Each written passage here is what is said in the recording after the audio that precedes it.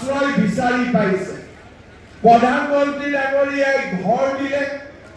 ঘৰ দিয়াৰ পিছত তেওঁ আমাক বিনামূলীয়াকৈ চাউলৰ ব্যৱস্থা কৰি দিলে।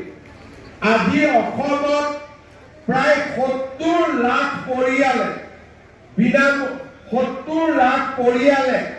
বিনামূলীয়াকৈ চাউল লাভ কৰে। আমি আপোনালোকৰ ঘৰত বা আমাৰ দুখীয়া মানুহৰ ঘৰলৈ জীৱিকা সখী বাইদেউসকলক পঠিয়াইছিলোঁ।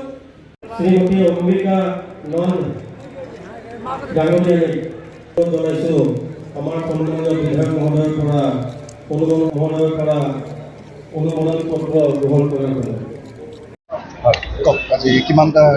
হয়, আমাৰ ৰাঙাপাৰা সমষ্টিত আজি আচলতে ৪,৯০৩ গৰাকী ব্যক্তিক আমি হিতাধিকাৰীক আজি প্ৰধানমন্ত্ৰী আৱাস যোজনাৰ গৃহৰ চেংচন লেটাৰ আজি আমি ডিষ্ট্ৰিবিউট কৰোঁ।